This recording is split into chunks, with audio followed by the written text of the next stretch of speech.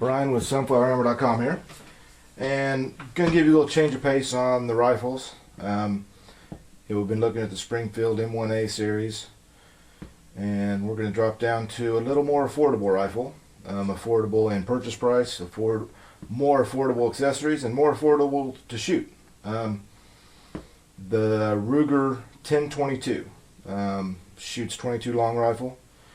This is a synthetic stock version with stainless steel barrel and receiver. I've added quite a few models since I purchased this rifle. I made a few modifications to it. The first one being the barrel. From the factory, it comes with an 18.5-inch barrel, and this is the 21-inch heavy barrel. This barrel was made by Midway. They don't make this barrel anymore, but they carry barrels from a couple other vendors that are similar. If you look at most heavy barrels for the Ruger, they are a large diameter barrel, and they are pretty much the 18.5 stock length.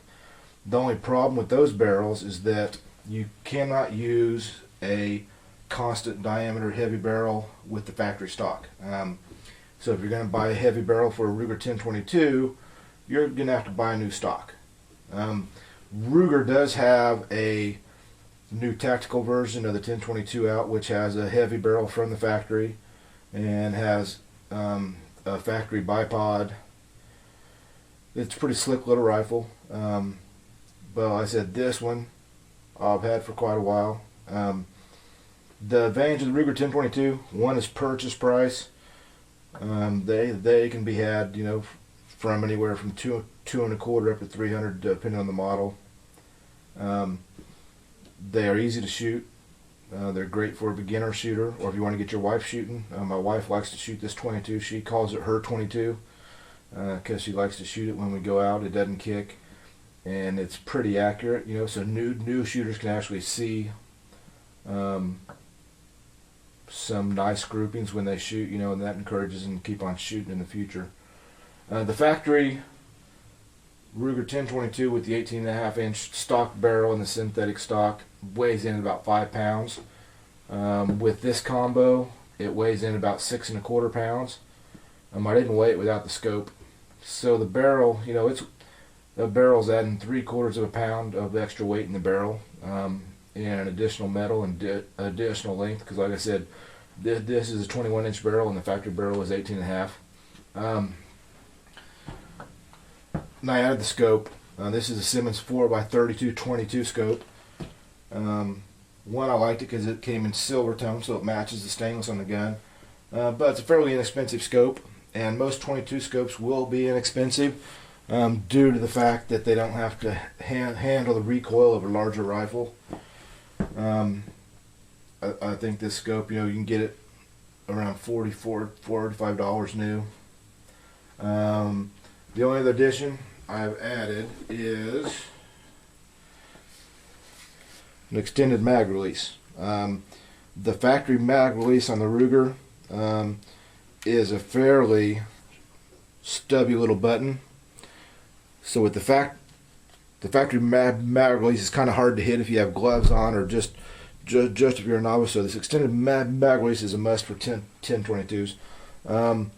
You can spend a lot of money on a 1022 if you want to add, a target trigger, a good target trigger. It'll run you a couple $100.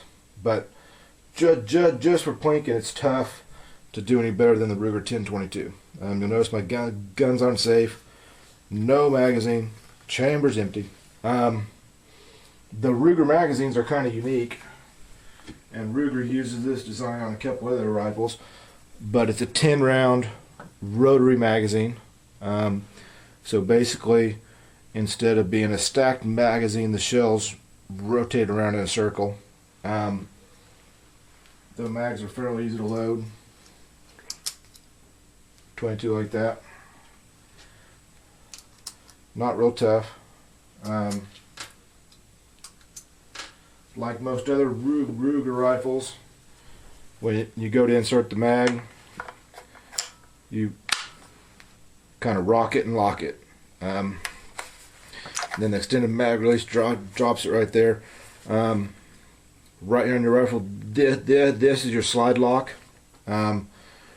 So the Ruger, you push this button, it won't release the slide. You have to pull back on the slide and it'll release, but you can just use this to lock back the slide to carry your gun in a safe manner. An aftermarket mag, pretty standard configuration is a 25 or 50 round. This is a 25 rounder from Eagle. I'm not real impressed with this mag, but I've had these since pre-ban, so they're pretty old. And I've lost a couple of them. These mags are fairly cheap, about 15 bucks.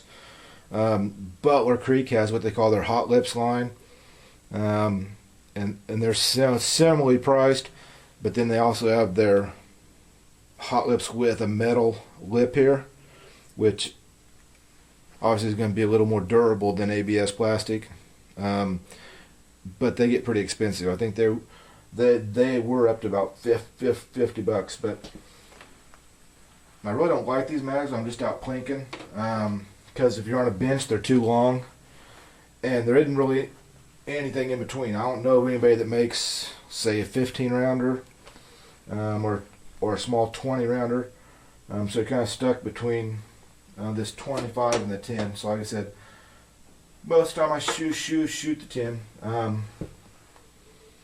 That's a brief run view on the Ruger 10/22. Like I said, a great little rifle, great for kids, great for women, or great for plinking. When you buy 22 ammo, at $23 for a brick of 500, you can't beat that. So if you want to order some 22 ammo, go to sunflowerammo.com and take your Ruger 10/22 out and do some plinking. Thanks.